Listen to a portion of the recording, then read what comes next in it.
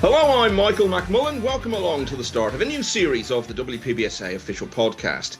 And you know, if there's ever a time of year for snooker folk to get into nostalgia and history, this is it, as all our thoughts turn to what I like to call Snooker Christmas.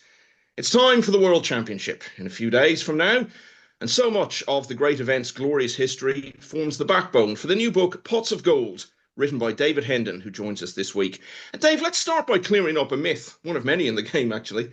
It's often said that the World Championship began in 1927, but actually this year is the 100th anniversary of the first World Championship match. Indeed, yes, November 1926, because it wasn't played over a fortnight. It was played as a series of matches over many months. So the tournament ended in 1927, but it began in 1926. And obviously, it was all new. Actually, it wasn't called the World Championship then. It was just Yeah. the professional championship. They lobbied for many years, Joe Davis in particular, to get a professional snooker championship. Billiards was the preeminent cue sports.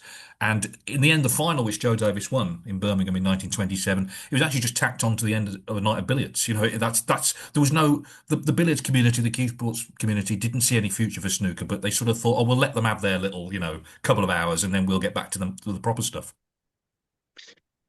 And as you outline in the book, Dave, and as indeed you've alluded to there, the championship as we know it now is just a million miles away from what it was like then, just completely and utterly unrecognisable from the sporting phenomenon we know today. Yeah, and of course, there's several reasons for that. Television is the main one, but also a key moment was Alex Higgins winning in 1972. That was played at the Selly Park British Legion. I actually went there. It's no longer there. It's just offices and apartments. You would never know. There's no sign it was ever there. But that actual location very important because the crowds did come to see Alex Higgins. That tournament in 72 was played over a year. It started in 71, but he won it, and promoters looked at it and thought, well, there is a public appetite for snooker. And then the following year, it was played over a fortnight. And of course, eventually, when we got to the Crucible in 77 and the BBC started to take a lot more interest, the tournament as we know it now took shape. Yeah. Now, just to clarify, when you say you went to Selly Park, you don't mean in 1972. But No. Phil Yates was there, of course, our colleague, and Yeah. he's often talked, about the experience of being there for what was a pivotal moment, as you say, in snooker's history. But it wasn't inevitable that snooker was going to emerge from the shadows. It was always played massively in Britain. It was estimated even before the boom began, there were already about 3 million people in the UK alone who were playing snooker on a fairly regular basis. But that didn't guarantee at all that snooker was ever going to become mainstream and big time. It was a real coming together of circumstances over a period of a few years that paved the way for what we now know. Yeah, I mean, the most important element was television, and in particular, of course, colour television. And I think people kind of know the story, but if you don't, when the BBC Two launched and the colour service launched, they were looking for programs that would showcase colour and give people an incentive to buy a colour television. David Attenborough was the controller of BBC Two. He commissioned Pot Black.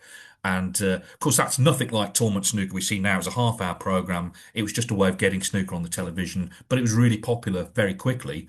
And things went from there. I mean, it's worth saying as well, ITV in their regions at the time showed various snooker, but there was a big scandal because it turned out that actually to fit the sort of slot, they were just manipulating the matches. And snooker at one point in the sort of late 60s, just before Pot Black actually, was seen as a bit of a joke. There was a big stink in the Sunday Times. They did an investigation and, oh, all these matches have been manipulated. Not the players' fault. They were just doing what they were told.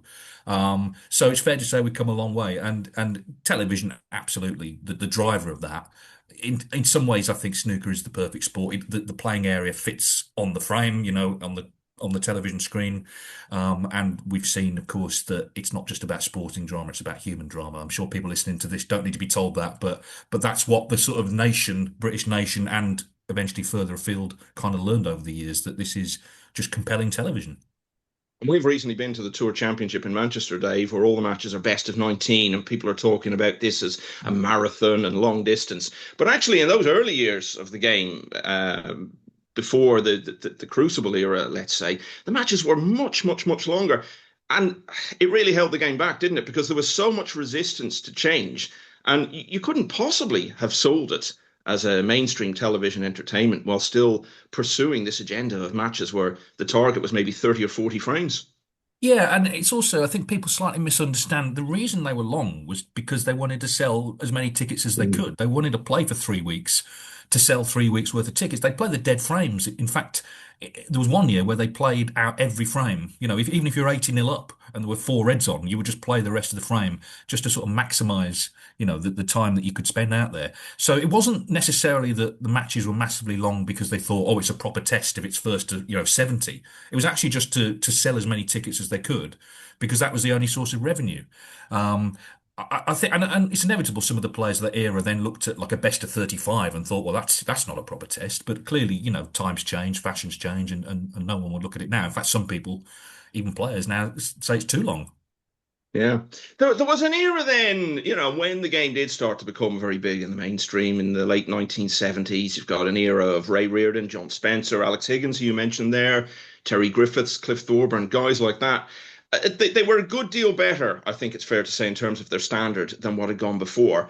And yet, not at the level that we were to see in the 80s and 90s and into the present day. But that Reardon generation, if we want to call it that, they were the bridge between the sort of low-key era when nobody really knew what was going on in professional snooker and the years when it really did hit a boom time. Yeah, and I was very fortunate to interview Ray at length Mm. before he passed away. It was a great day we had down there at his golf club. And he was absolutely in his element down there. The president of the club, he had everybody wrapped around the palm of his fingers. He was brilliant and so interesting about. I mean, he didn't turn pro till his 30s. So it's when people compare eras, I think it is unfair because who did he have to learn from? He didn't have snooker on television to watch. He played obviously in the leagues system in Wales and in the amateur scene, but what drives up standard is competition. When Ray turned pro, there were eight professionals, so Mm. it wasn't that competitive. He turned out to be the best of them in his era. That's all you can ask to be.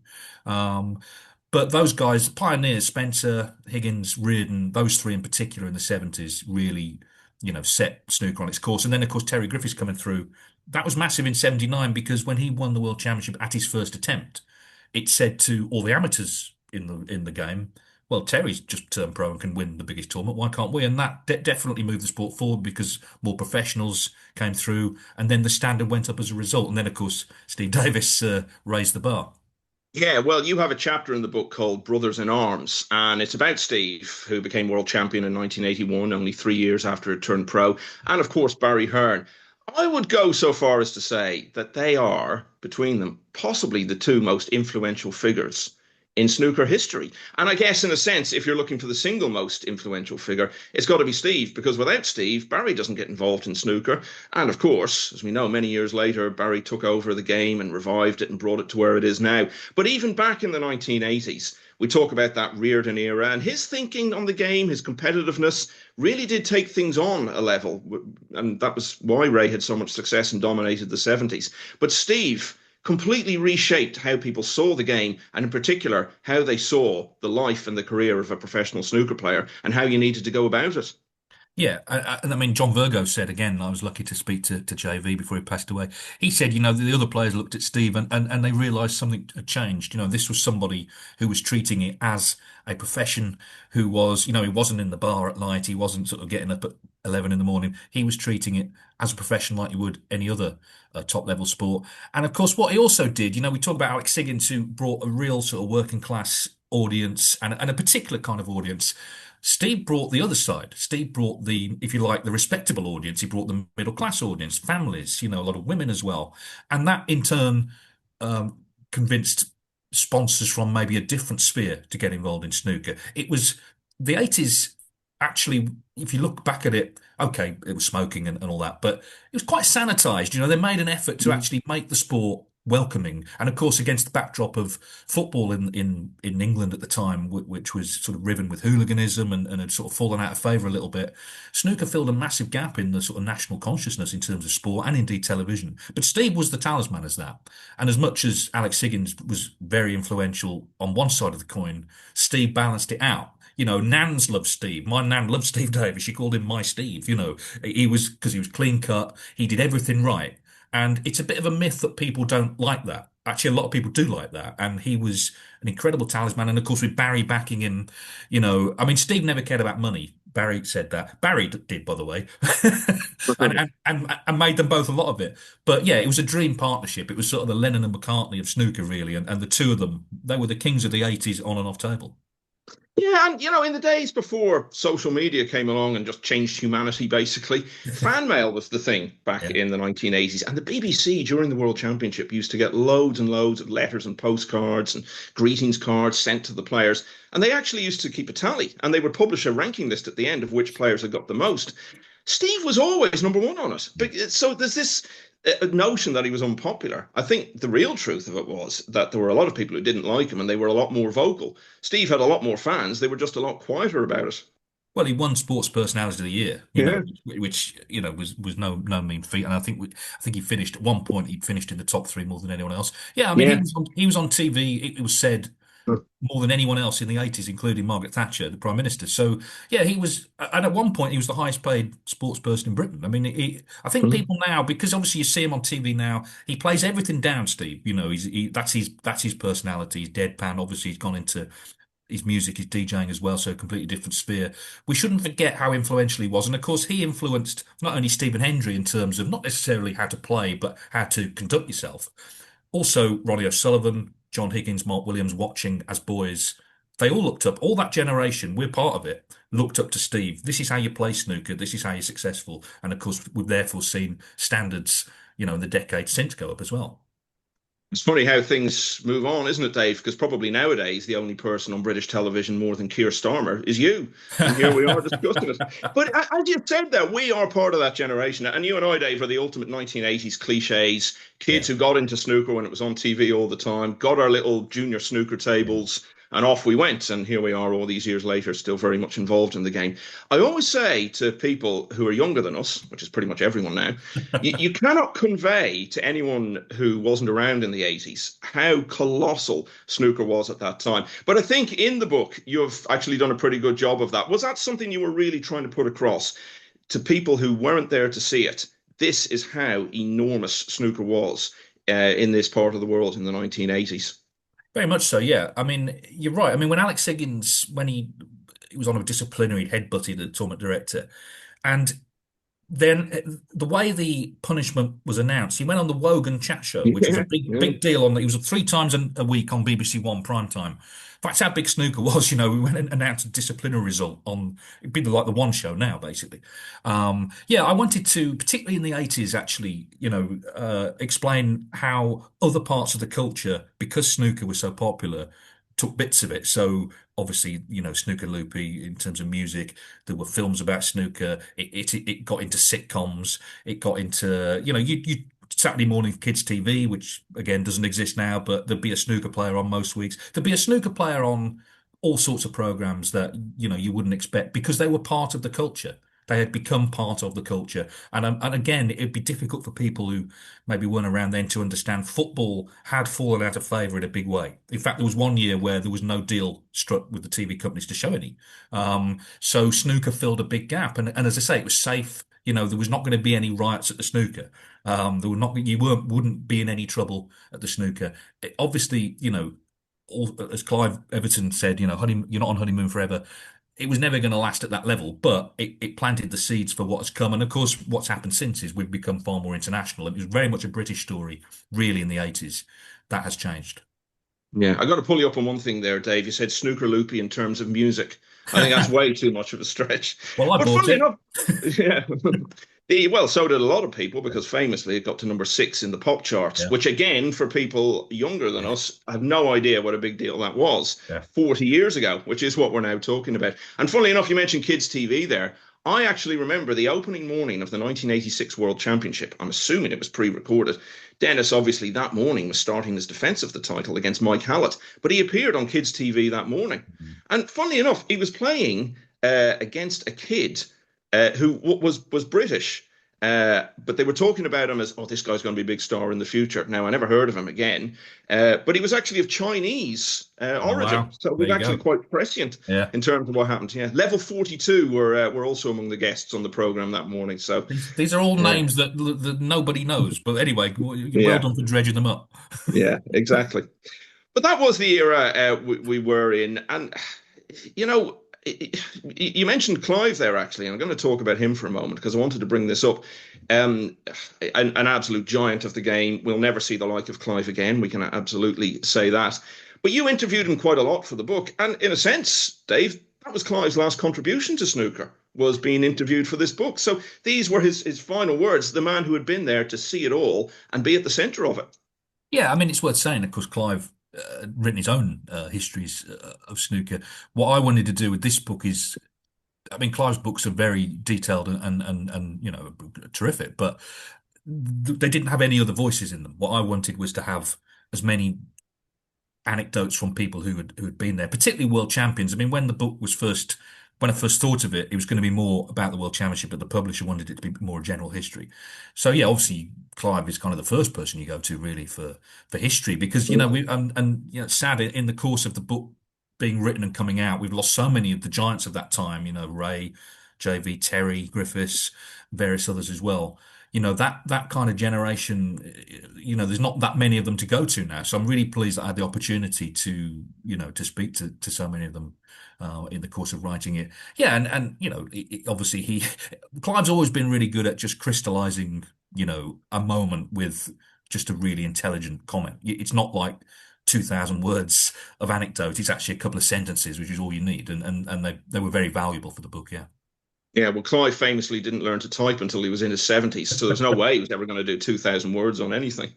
But let's talk about the impossible feat of getting a full chapter about the 1985 Black Ball final without just saying a million things that have been said, over and over again down the years.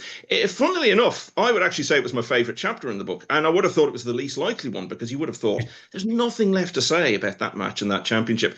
But I think you managed to do that, Dave, and I think you managed to bring many new angles actually to a story that's been told a million times over the last 40 years. Well, thank you. So that's the first chapter I wrote because I had an idea. It's slightly different to the other chapters, just the way it's written. It's quite a bit sort of present tense as well, trying to sort of bring people into as if they're in the moment of it. I mean, I'd interviewed Dennis and Steve, so you've already got the two combatants, involved. Barry is always good. Obviously, he was there. Trevor East, I always call him the waggy. He was the person who Dennis was wagging his finger at the end. John Virgo, he was first person to see Steve Davis in his dressing room after the defeat. So all these sort of characters, were there. And that was the zenith of the snooker boom. Okay. That was the absolute peak, obviously 18.5 million. I wanted to talk about what else was happening at the time. It was a big year in a lot of ways in British culture, in particular in the UK. And then I wanted to just talk about why we still talk about it, why we still talk about it. And so much of it, I mean, I actually recently, not that I've got time on my hands, but actually recently, the third session of the final is never really talked about. I went back and sort of looked at it because it's on YouTube. The fact is, Dennis Taylor should have won that final really easily. Steve Davis on the second day was all over the place. But ironically, he stole a few frames on the black in the afternoon to keep in touch. But actually, Dennis was by far the better player. But obviously, it came down to the dramatic finish. And I think because it's not going to go away as probably the most famous, finish, the most famous match ever, it was worth doing a chapter on it just to explain why and to try and put it in as much context as possible. Steve was very good about it. He's made peace with it all. I suppose when you've won six of them, you can. If he'd never won it, it might be more difficult. Dennis is very practiced at talking about it, but to get the perspectives of people like Trevor and John Virgo and Barry meant there was a lot of material, I think, to talk about it.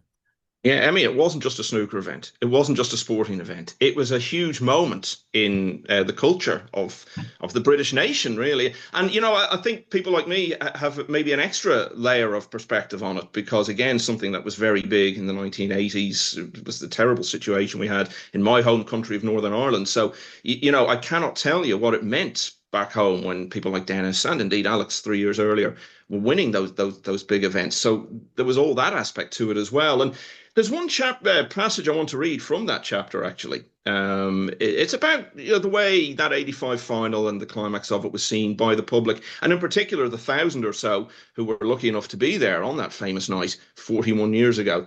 So here's how it goes. The audience are both amazed and empathetic.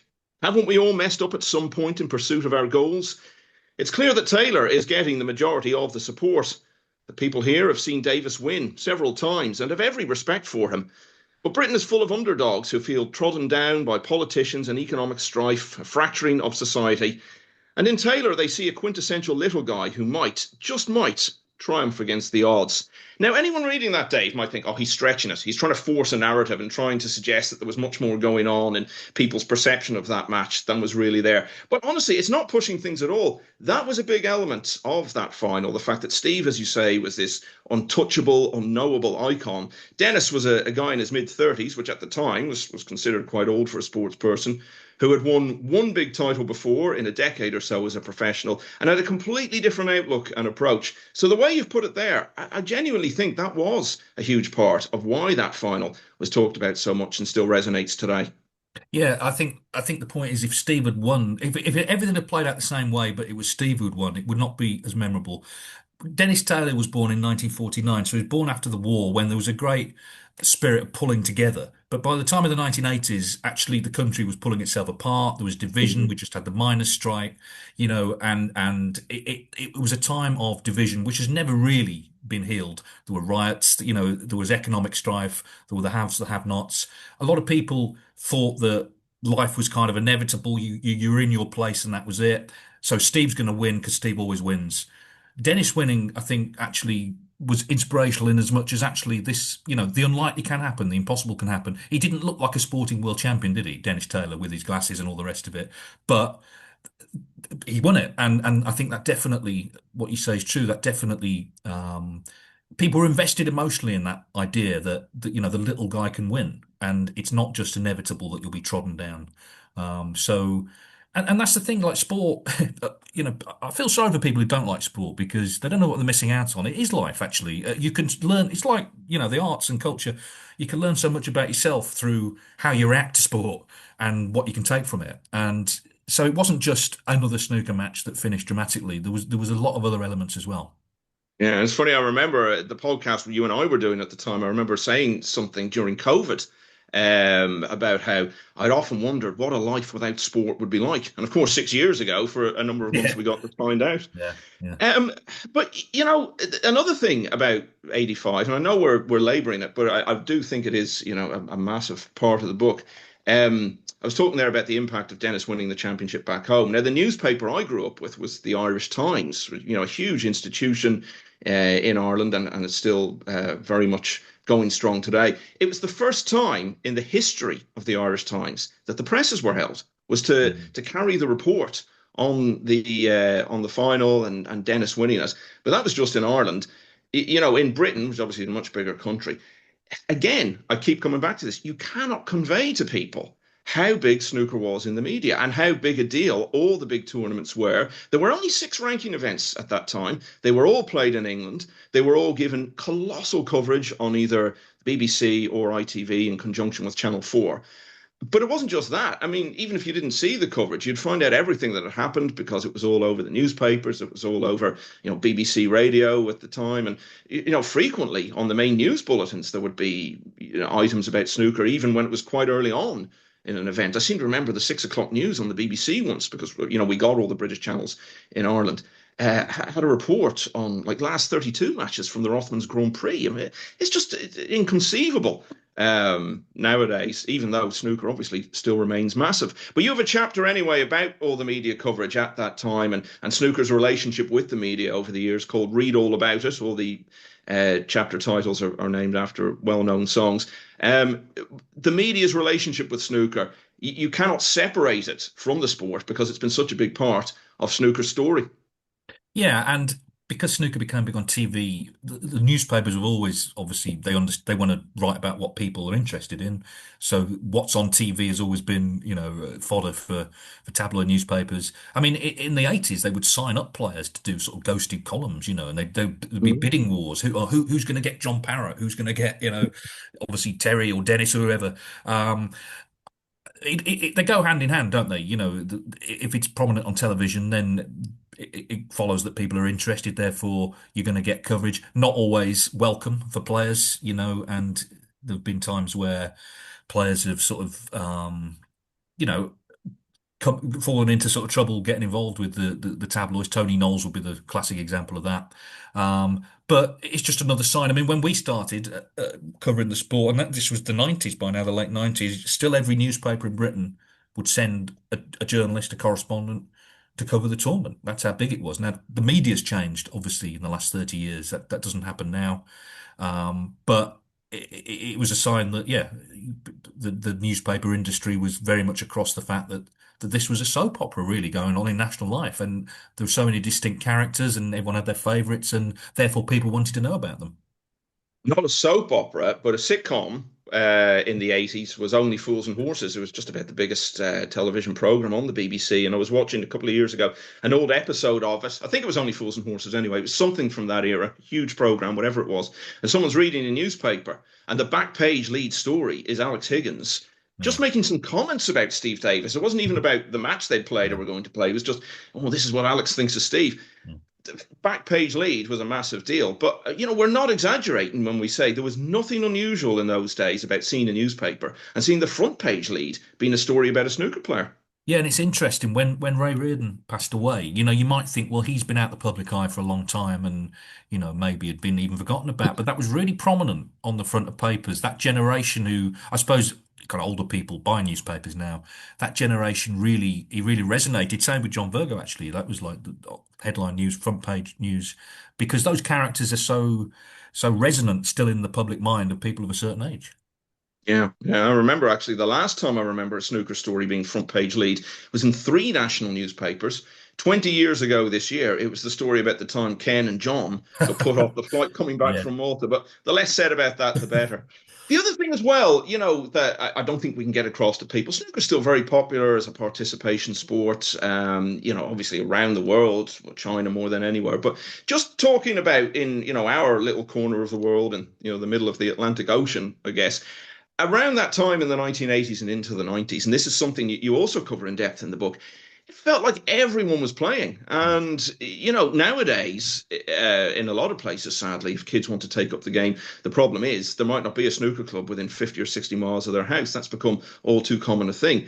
Back then, the issue, if you wanted to take up the game, was you could go to your local club. You might have to wait for an hour to get a table. That's right. Yeah, it exploded. Obviously, again, it follows if it's on TV, people want to play it themselves, and it was relatively easy to play the game. You could get, as you say, a small table at home, which I had, or sort of venture into the snooker club, and and there's a chapter on snooker clubs in the book, and they started to become more sanitized as well, in line with the tournaments. It wasn't all smoky halls by then, because there was so much competition between clubs. Actually, you had to be a bit smarter. You had to, be a place where it was, you'd be willing to drop your son or your daughter off and play. So the popularity of snooker certainly moved that forward. But again, I suppose the question is, could it continue? And it couldn't quite at that level. We know that later on, the smoking ban came in. That took away, for some, the social aspect of going to snooker clubs. But society changes anyway. Fashions change. We're obviously far more obsessed now with technology. So it may be that, spending 6 hours playing snooker is not, the sort of thing a 13-year-old wants to do. Shame. We have to incentivize them. They've done that in China with the infrastructure and the investment they've had. And I know Jason Ferguson recently was talking about potentially setting up a national academy, which would be brilliant if they could do that, to try and sort of, appeal to that generation that we need in the future. You and I are both 50 this year, Dave, and you can't reach that age without developing quite a few bugbears in life. And I know for both of us, one of the biggest I had them is when I this. was 20. Well, indeed, yeah, and I can certainly vouch for that. But one thing that I know irritates us both, and irritates all snooker people actually, is this lazy notion that's often peddled that it was massive in the 80s, everything was fantastic, and then on the 1st of January 1990, suddenly everything was rubbish and nobody was interested in snooker anymore. Well, you could not be further from the truth, because actually, in many ways, if you're looking back on great eras in the game, there is nothing like what we call the Hendry White era of the early 90s, when they met in four world finals, each of which told its own story in a way, although the net result of all of them, of course, was that Stephen won them all. And you refer to that in great detail in a chapter called This Town Ain't Big Enough for the Both of Us. I think actually people of a certain age, probably when they look back on their snooker memories of the 80s and 90s, there's far, far more about that Henry White rivalry, as it were, although it was obviously a very friendly one, than there are memories from the decade that went before us. And in a way, perhaps, we talked there about Taylor and Davis and the contrast between them and their personalities and their approaches. They just had that one world final. These guys, who in many ways were such a contrast between them in their own way, they had four world finals. What a treat that was for all of us at the time. Yeah, and it goes back to what I said, snooker is sporting drama and human drama. In the case of those two, it's a kind of psychodrama based purely around could Jimmy White win it? And even people who love Stephen Hendry kind of wanted Jimmy eventually to win it because, such a popular player, such a great player to watch. And it's worth saying as well, maybe again, people don't realise, Jimmy beat Stephen Hendry lots of times in other tournaments, in big tournaments, in finals. Well, he But beat him in the World Championship twice. Exactly, yeah, Yeah, but not in the final, the match that really yeah. matters. But a classic contrast there. You've got, the ultra professional Stephen Angel being bed early, preparing, totally focused on the job in hand, which is winning. Not any emotion about it, not any, it's all about just playing and winning. That's what he's there to do. Jimmy, sociable, probably too sociable, lots of friends, lots of people wanting backstage passes, all that. He's sort of time taken up with other people. Neil Folds mentions that in the book, and John Virgo as well. Just surrounded by so many people who want him to win, but is that kind of setup, going to be a recipe for success over a long tournament like the World Championship? Well, ultimately it wasn't. But yeah, those finals, I mean, they were absolutely huge. But the two in particular, obviously, 92 when Hendry was 14-8 down, won the last 10, and 94 when Jimmy missed that black in the decider. Um, a thrilling era. And of course, again, that is inspirational for around that time. Who's coming through? Ronnie O'Sullivan, John Higgins, Mark Williams, the class of 92 are coming through at that time, mesmerized by what they're watching. Yeah. It's perhaps in some respects just as well Jimmy never won any of those world finals because he did win a big televised final over best of 35 against Stephen once in the Old World Match Play in December 1990. And it's fair to say his weekend had quite an ignominious end because in circumstances I certainly can't remember, the very next night, Jimmy was on TV dressed as Santa Claus making a presentation to Stephen at the end of a TV spectacular he played against Steve Davis. So it wasn't much of a reward for beating the great champion over best of 35. But you talked there about those two standout finals from the Henry White era. 94 obviously was one of those very rare instances of a world championship final that went to the last frame. But I think probably the one people remember more is the one from 92 when Jimmy went into the championship in brilliant form, had the maximum in the first round when that was huge news, and then had the big lead in the final, lost 10 frames in a row. I think probably, among the wider public, that's one that's maybe remembered more. And that was the last professional snooker match that was played. Well, you can argue technically maybe there was some end of season thing or whatever, but put it this way, by the start of the following season, the guys you alluded to there, Ronnie O'Sullivan, John Higgins, Mark Williams, had all turned pro and were off and running. And, it was just perfect, wasn't it? They all turned pro at the same time. One from England, one from Scotland, one from Wales. The way I always put it is that because, as we were talking about earlier, there were so many millions of kids around the UK playing snooker and growing up in the 1980s, it was inevitable that you were going to get many of the greatest players of all time coming through from that era. And we did, because you're talking there about, I would say, three of the best 6 or 7 snooker players we've ever seen. People talk about it now. Why are they still so good? Well, there's no mystery to it at all. It's because what's come through has not been able to knock them off that perch. And I think all of what I've said there just reflects, again, the sheer depth in terms of numbers and quality of kids around Britain who were spending their lives playing snooker at that time.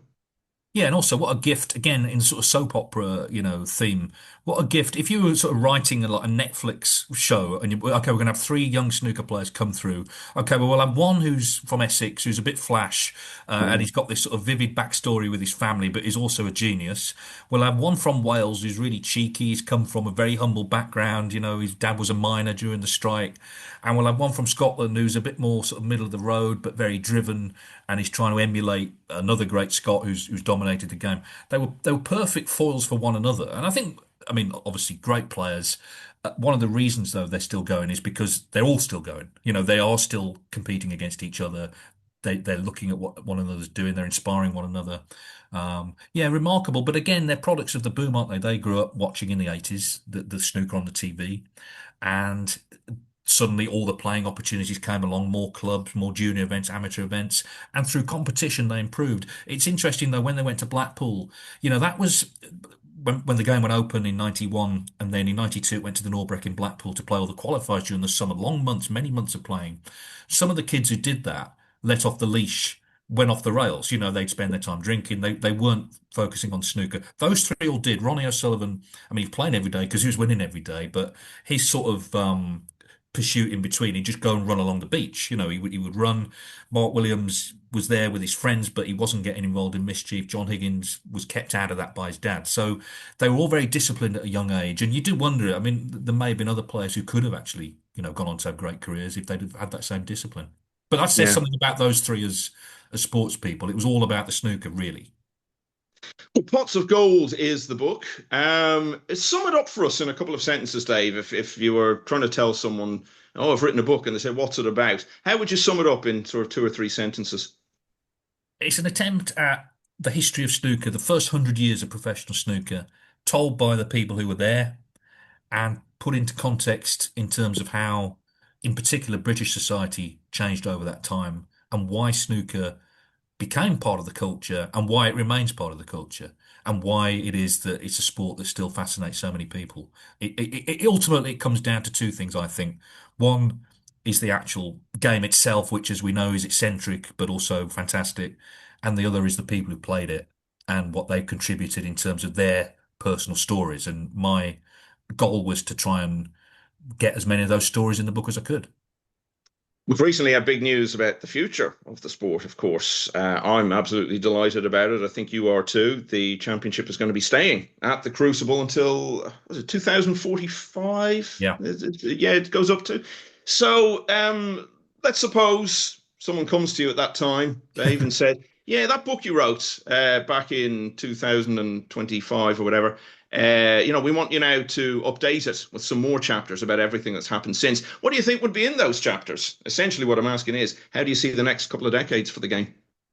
I think the easy answer is to say it will be less UK centric. Obviously, China are the powerhouse in terms of investment in the sport, but we don't know whether this generation of Chinese players might be the best. There's no way of knowing that.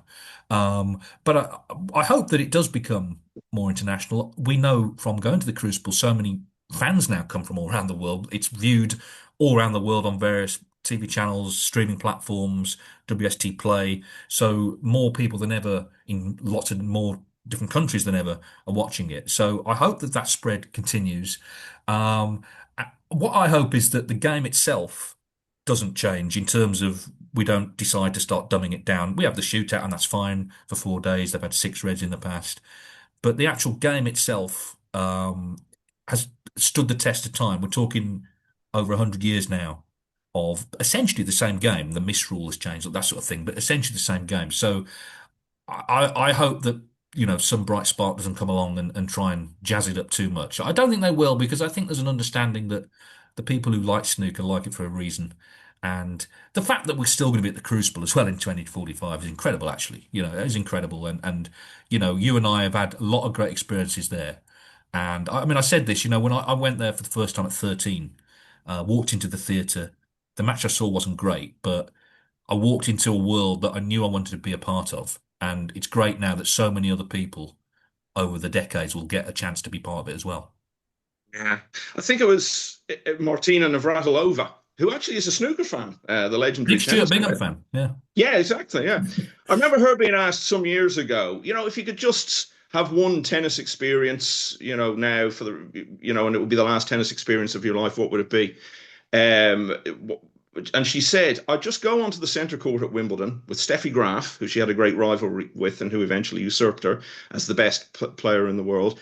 And there'd be no crowd. We wouldn't even keep score. We'd just stand on centre court and we'd hit balls and, we'd reminisce about times past." I think if I could have one snooker experience, and it ties in with what you're saying there, I think I'd just go and sit in the Crucible no match or anything just going on, and just sit and take it all in, and remember the great times, as you say, that we've been so lucky. And I think we've both always appreciated the chance that we've got to see things up close over the years. Well, yeah, and I just finally, I spoke to someone just last week after this was announced, and he recently lost his father, who used to take him to the Wow. Crucible. But he said, this year I'm going to take my son. So, money can't buy that. That just tells you it's not all about, the commercial side of sport is really important, but some things are more important, and that continuity now is going to continue, well, up to at least 2045, maybe, and hopefully beyond. Yeah, and imagine how many bugbears we'll have by the time that comes around. But much more short-term future, Dave, the 2026 World Championship. Right. And the big question is, who's going to win it? Well, it's always the big question. I mean, I always have quite a firm idea. I'm usually wrong, but I have a firm idea. This year I don't. I've got 5 names, which I'll try and whittle down quickly. They are Zhao Tong, who obviously defending champion, Crucible Curse, etc. Kyron Wilson, who, like 2 years ago when he won it, has had quite a quiet season. He won the Masters and the Shanghai Masters, but he hasn't been in the Players Series as much. He hasn't played as much snooker. So if you're looking for someone a bit rested, maybe Kyron. Judd Trump, I would never count out. I do feel he'll win it again. Mark Selby, I would never count out because he's a proper Crucible man, and Ronnie O'Sullivan because he's Ronnie O'Sullivan. So I think it'd be one of those 5 at the moment. Well, and I've changed the order. Thanks for listing off the top 5 seeds, Dave, which is basically more or less. No problem. But yeah, go on, pick one out for us. Well, the order has changed a lot. Okay. Yeah. For a long time, it was Selby.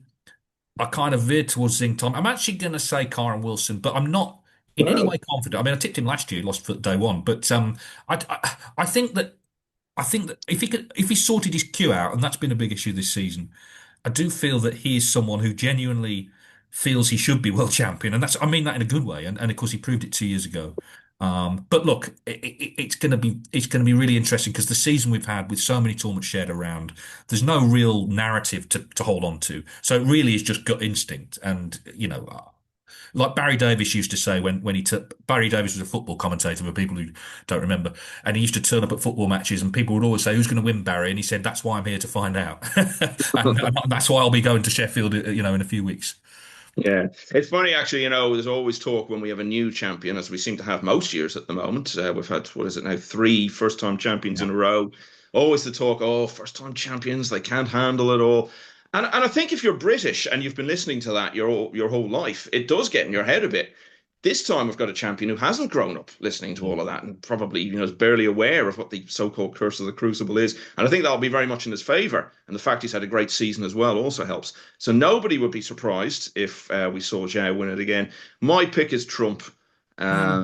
You're in a different level, aren't you, when you become a multiple world champion? Because I think at the Crucible, still only 6 players have won there more than once. They're probably the 6 greatest players of all time. Yeah. And if Judd really wants to put himself in that group, he's got to win another one.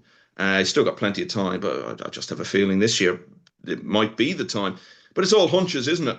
When you're going into it now, it's a long way from the days that we grew up in, where most years, if you picked the winner beforehand, you could just say whoever had been the best player of the season. And most seasons, that was who ended up winning it.